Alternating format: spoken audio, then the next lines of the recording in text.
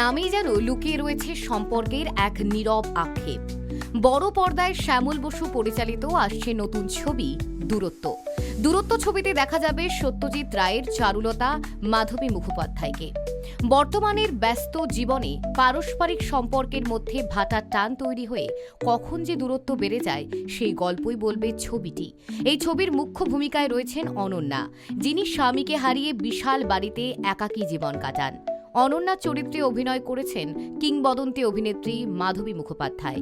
তার একমাত্র মেয়ে পল্লবী বেঙ্গালুরুতে প্রতিষ্ঠিত কর্পোরেট কর্মী। মায়ের প্রতি দায়িত্ববোধ থাকলেও কাজের চাপ ও সময়ের অভাবে ধীরে ধীরে মায়ের জীবন থেকে দূরে সরে যায় সে। ছবির গল্পের মূল কেন্দ্রে রয়েছে মা ও মেয়ের সম্পর্কের টানাপোড়েনের কাহিনী। তবে এই সময় এরকম একটা ওয়েদারে যখন বৃষ্টির আবহাওয়া, সেই সময় রাস্তায় শুট করার যদি একটু অভিজ্ঞতাটা বলেন। বুঝতে পারছি তোমরা বলছো সত্যজিৎ রায় মহানগর দেখো। না, সেটা তো অনেক আগের কথা বলছি আমি, এখন এই সময়ের শুটিং এর কথাটা বলবো। এই সময় আর সেই সময় বলে তো কিছু নেই, শুটিং সেটা সিনটা কি আছে সেটা জেনেই করতে হয়। কখনো বৃষ্টি, কখনো রোদ, সবকিছুর মধ্যে ওই মেয়েটি চলেছিল। এখানেও তাই আছে, যখন যেখানে দরকার সেখানেই তো সেই শুটিং করতে হয় না। ওখানে একটা লাইন ছিল ডায়লগে, যেটা শুনছিলাম যে চলুন আপনাকে বাড়ি অবধি পৌঁছে দিই। এরকম বন্ধুত্ব আজকের দিনে দাঁড়িয়ে হয়তো খুব কম মেলে, সেটা নিয়ে কি বলবেন? সেটা তো দেখতে হবে যে ওনার বয়স কত, আমার বয়স কত। আগের বয়স সেগুলো ছিল, কিন্তু এখন সেগুলো নষ্ট হয়ে গেছে। এখন বোধ হয় টাটা বাই বাই করেই ছেড়ে দেয়। আচ্ছা, আগের জেনারেশন এবং এই জেনারেশন, অনেকগুলো জেনারেশন আপনি দেখেছেন, এবং তার মধ্যে কি কোন জিনিসটা ভীষণভাবে মিস করেন, মানে বা মিসিং মনে হয় এই জেনারেশনের কাছে? বিভিন্ন রকম জেনারেশনের নাম, এখন জেনজি আছে, আলফা আছে, বিটা আছে, মিলেনিয়ালস আছে। তো এত রকম জেনারেশন, এক একটা নাম, প্রত্যেকটা জেনারেশন কিছু তো ভালো নিশ্চয়ই আছে, কিছু খারাপও আছে। কোনটা এই জেনারেশনের মধ্যে আপনি খুঁজে পান না? একদম খারাপগুলো নেবো কেন, আমি ভালোটাই নেব, এবং সব জেনারেশনের মধ্যেই ভালো আছে, সেই ভালোগুলোই আমি গুছিয়ে রাখতে চাই।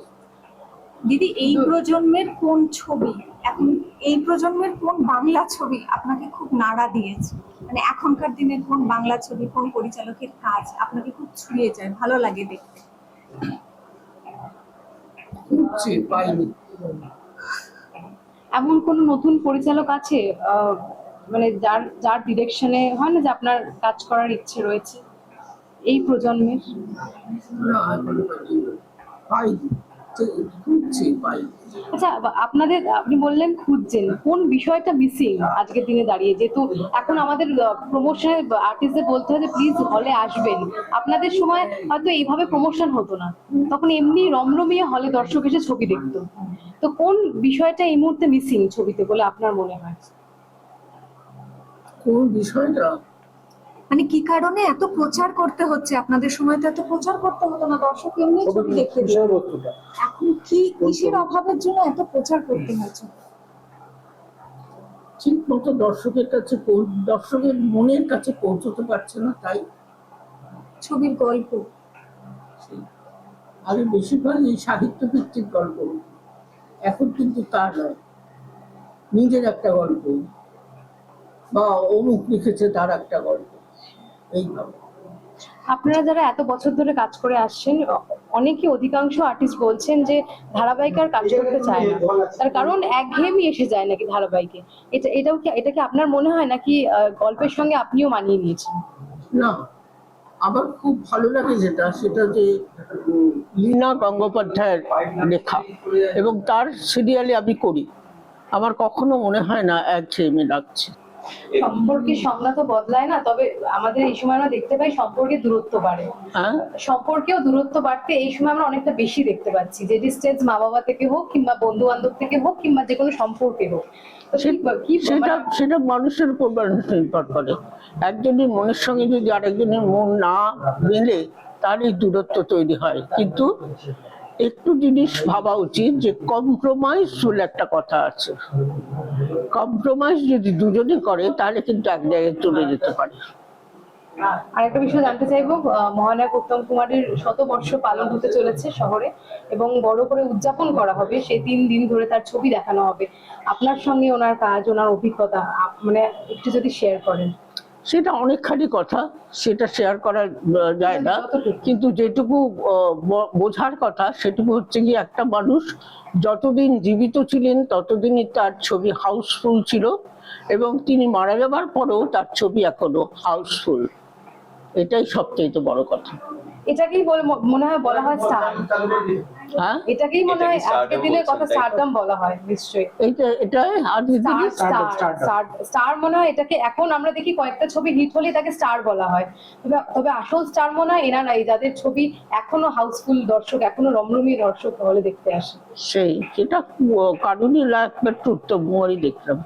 দিদি, ম্যাটিনি আইডল হতে গেলে কি কি বৈশিষ্ট্য থাকা উচিত অভিনেতার মধ্যে?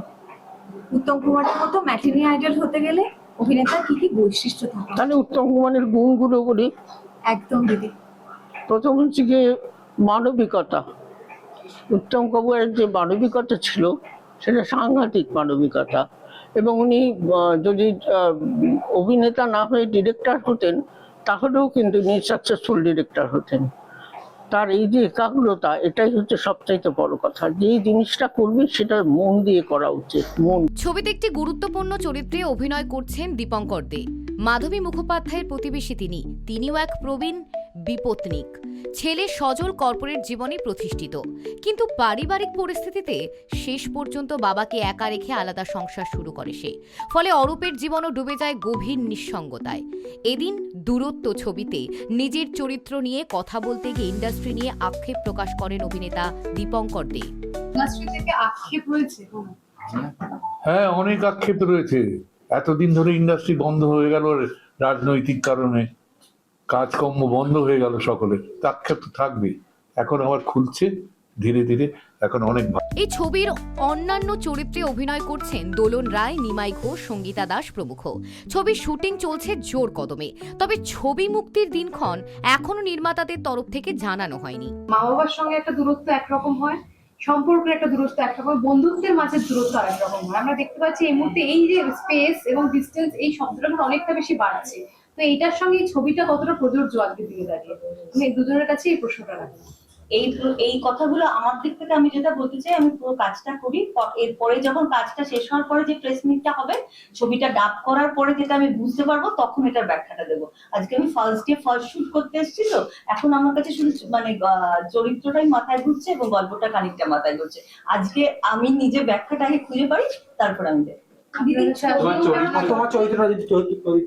আমার চরিত্রটা আমি শুনেছি এতদূর পর্যন্ত, যা আমি হচ্ছে পিসির চরিত্রে কাজ করছি, মানে বোধহয় ওনার বোনের চরিত্রে এরকম একটা। তো একটু ডার্কশেড আছে, ডার্কশেড বলতে মানে একটু ধূসর চরিত্র খানিকটা বটেই বলছে। দেখা যাক কেমন হয়। দিদি, ছবির নাম যতই দূরত্ব হোক, এই ছবি কিন্তু তোমাদের তিনজনকে একসঙ্গে খুব কাছাকাছি আবার এনে দিয়েছে। অনেকদিন বাদে দীপঙ্কর দার সঙ্গে তোমাকে আবার আমরা দেখতে পাচ্ছি, এবং সেই সঙ্গে মাধবী দিও রয়েছে। আমি কথাটা বললে তোমার কথাটা রেস ধরে বলি, যদি কাছাকাছি এনে দিয়ে থাকেন তাহলে সেটা হচ্ছে মাধবীদের সাথে, কারণ মাধবীদের সাথে প্রথম আমার কাজ হচ্ছে ঘটক বিদায়, আমার জীবনের প্রথম কাজ। যখন মাধবীদি হিরোইন, আমি নবাগতা, তো সেইটা তারপরে আর স্ক্রিন শেয়ারের সুযোগ সেই অর্থে হয়নি। স্ক্রিন বা স্টেজ কোনো কিছুই সেভাবে শেয়ার করা হয়নি। এইটাতে আমি জানি না কতটা স্ক্রিন শেয়ারিং আছে, অন্তত এক মেকআপ টিমের পাশাপাশি এইটুকুন দূরত্বে বসে একটা ছবিতে কাজ করছি, আমার কাছে অনেক। আর দীপঙ্করদের ক্ষেত্রে যদি বলো, room sharing, home sharing, life sharing হয়েছে, কিন্তু টালিগঞ্জের লোকজনরা আমাদেরকে একসাথে খুব একটা বেশি স্ক্রিন শেয়ার করতে দেয়নি, সেটা তাদের দুর্ভাগ্য হতে পারে বা দর্শকের। তো যদি সেটা কখনো হয় হয়তো ভালো। শেষ পর্যন্ত দূরত্ব শুধু দুই প্রবীণ মানুষের একাকিত্বের গল্প নয়, বরং বদলে যাওয়া সম্পর্কের এক নির্মম ছবি। ব্যস্ততার চাপে যখন আপনজনেরাই দূরে সরে যায়, তখন তৈরি হয় এক অদৃশ্য দেওয়াল। সেই দেওয়াল ভাঙার বার্তাই দেবে শ্যামল বসুর এই ছবি। অনুষ্কা জোয়ারদারের রিপোর্ট, KTV বাংলা।